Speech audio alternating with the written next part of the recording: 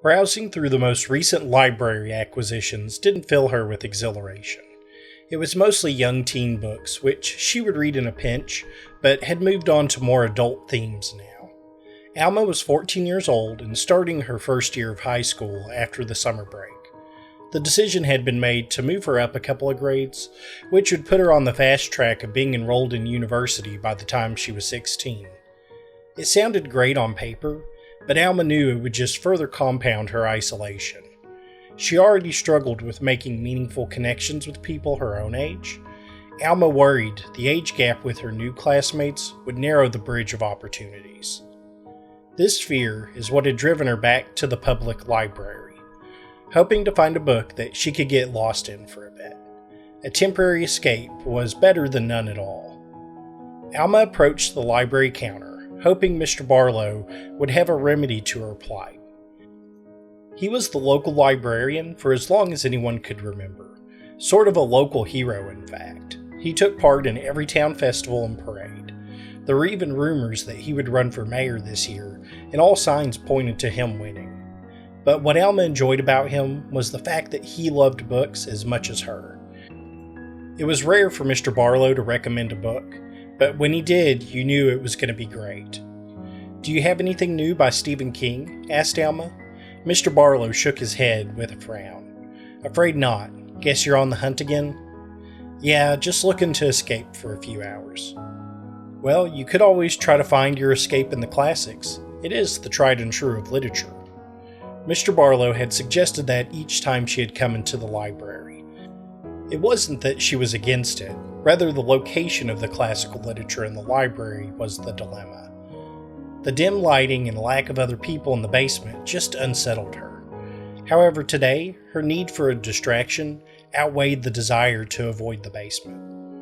"Thanks for the suggestion, Mr. Barlow." "Any time, Alma, but you should really consider my advice," replied the librarian as he went back to sorting his towering stack of books. Alma left the counter and drifted to the back of the building. A small staircase stood by the wall, providing a portal to the basement level. The wooden steps groaned in response each time she set her foot down on one of them, creating a disorganized symphony of creaking boards as she quickly jogged down them. Alma had discovered at an early age, when doing something scary, it was best to just jump in. The scariest part was always starting. Now that she was in the basement, Alma focused on the task at hand, searching the maze for the classical literature section. The hallways created by the shelves were narrow in the basement, clearly sacrificing walking space for better storage. Slightly bumping one giant shelf caused it to rock back and forth like a seesaw. Alma quickly ran past it, afraid that it would fall over any moment.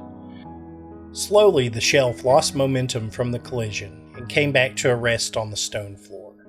She made a mental note of that shelf. It was dangerously unstable, and its weight would likely kill someone if it fell on them.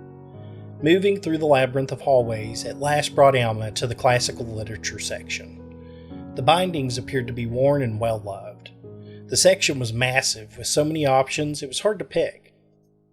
Some of the titles she recognized, such as Bram Stoker's Dracula. She wondered if the book was anything like the movie. Grabbing it off the shelf, she began her journey back to the staircase. But walking the path backwards had disoriented her. All of the shelves looked similar, and without a unique feature in the book-filled halls, Alma became lost in them. At one point, she could swear she had passed To Kill a Mockingbird at least 3 times. A bit of panic began to set in at the realization she had no idea how to get back. Her heart rate started to pick up speed. Each breath was becoming shorter and quicker. Soon, her throat began to close, and each intake of air caused her to wheeze just a bit. Alma could tell she was on the edge of having a panic attack. Grabbing her inhaler out of her backpack, she took in 2 deep breaths from the medical device. Rather than succumbing to the feeling, Alma closed her eyes, washing away her emotions to focus on the problem. "I am lost," Alma whispered into the empty halls. Saying the problem out loud gave it form. It took away its ability to hide in the subconscious part of her mind. Now it was just like any problem at school. It could be analyzed, reviewed, and solved. These halls are basically a maze, and the best way to escape a maze was the wall-following method. Alma put her right hand on the shelf and started following along it. It takes more time to find your way out, but the method prevents you from taking the same path twice or looping on yourself. She kept her right hand running along the shelves until she at last found the outer wall. She then followed along it until she reached the staircase out. Just as she was about to climb the stairs, a red curtain caught her eye. Its dark, ruby red fabric, hiding a section of the library she didn't remember seeing before. Stepping off the stairs, Alma pulled back the curtain just a bit, curious to see what was on the other side. Behind the veil laid a circular room, covered with volumes of forgotten lore. Unable to fight her curiosity, she stepped inside. The stone floor had strange symbols carved into it, its meaning foreign and unrecognizable to her. Scrolls and handwritten books covered the shelves and desks. Alma circled the room, amazed by this hidden gem. It must be some sort of restoration section for rare and antique books, was her conclusion. However, one volume in particular caught the young girl's attention.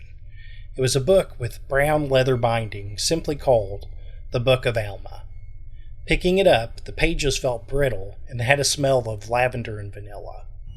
Looking at the first page, the main character's name appeared to be Alma. She had to take this to Mr. Barlow and see if she could check it out. Leaving the room with the new book in hand, Alma started to climb back up the stairs. As she approached the top, Alma suddenly was hit with a brilliant idea. One of her few friends, Wendell, was a huge history buff. He would love to see a picture of the antique library section. Maybe he could even help her identify some of the symbols on the floor.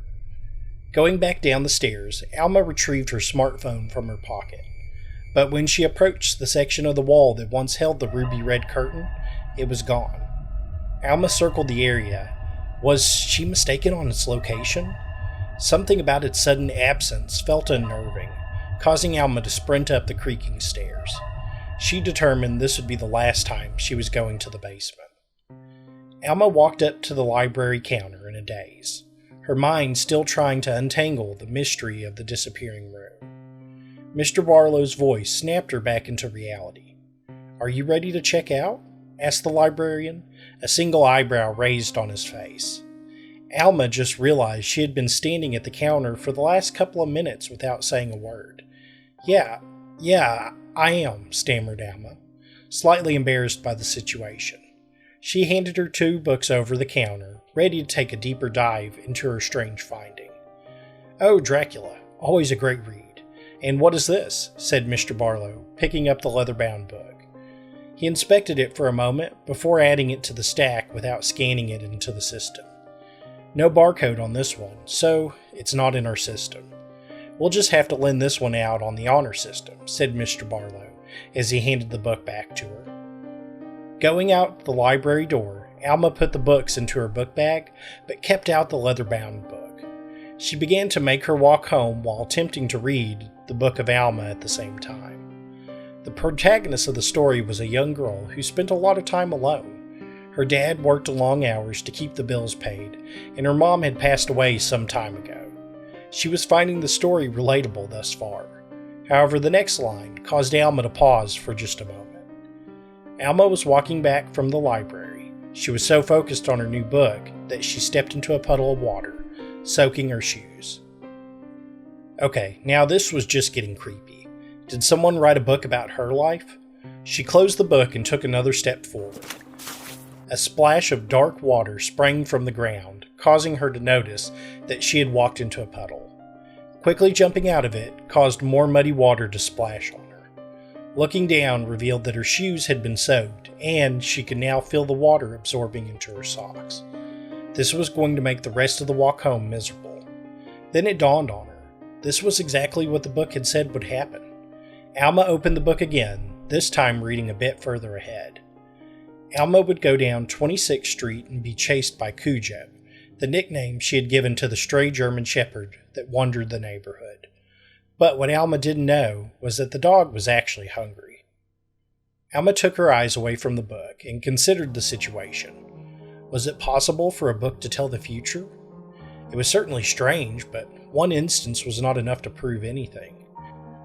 She had always assumed Cujo was trying to kill her, but she had never actually been bitten by him.